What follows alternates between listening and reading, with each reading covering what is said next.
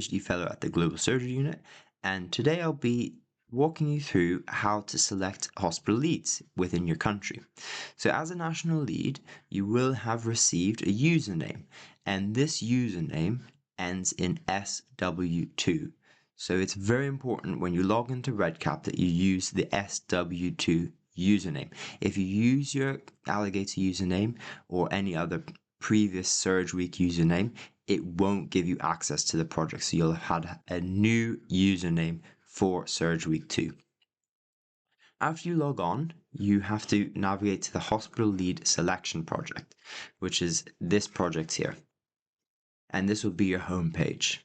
On the left is the navigator, and you can see there's a report for hospitals with pending leads. So now these are the hospitals that have had someone register using the expression of interest form. So if you're a consultant and you register and you select interested in being a hospital lead, we run a program that brings their name through to this page. So you can see here, these are the hospitals that have not had a selected hospital lead yet. So for this example, I'm logged in as the national lead for the UK. Obviously, you will see the hospitals within your own country. For this, just as an example, I'm going to choose Coventry. So once you open that form, you'll see the country, the name, and the hospital name, and then you'll see a number of names here who are waiting approval. In this case, it's just one. It's just me. I've just registered for Coventry, but you might find that actually you have 3 or 4 names here who all want to be hospital lead. However, there can only be one hospital lead. So it's your decision who to choose. Either it's someone that you know who's got a lot of experience working in these studies before, or alternatively you can choose the first person who registered. So at the very bottom is the date that they completed the expression of interest. So it's an option to say, okay, well, I've got 5 people, I just choose the first person who registered. Anyway, so if you want to approve someone, you click approve. As I said, there can only be one hospital lead per hospital, and then it's important that you select complete, and then you can save and exit the form. It's a bit slow, unfortunately. So if you go back to the reports of hospital with pending leads, you can see that Coventry is no longer there because we selected the lead. If you then go to hospitals with confirmed leads, you can see that Coventry is here because that has a confirmed lead.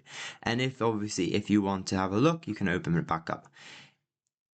This form will allow you to change hospital lead after you've selected it. So if in 1 month time you get an email saying this person does not want to be hospital lead anymore, you can log back on here and you can change the hospital lead on here by just selecting someone else. But please, if you do that, email us because we won't know that you've changed it. That's very important. Once you have a lead that's selected, they will get an automatic email over the next 24 hours telling them that they've been selected as hospital leads. The other people in that hospital who haven't been selected will get an email pointing them to the hospital lead in the hospital. So that's all automatic.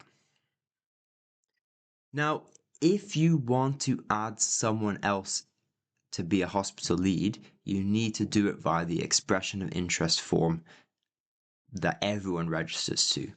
This will be pushed through into this project. However, it takes 24 to 48 hours. So if you've added a new person in expression of interest, don't expect their name to be on this project immediately because it will take 24 or 48 hours, just so you're aware.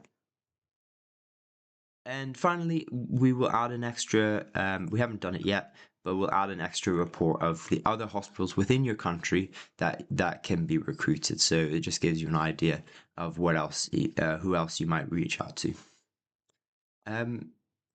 That's it. So if you have any questions, get in touch with us over the WhatsApp groups or email us and we'll be happy to help. Thank you.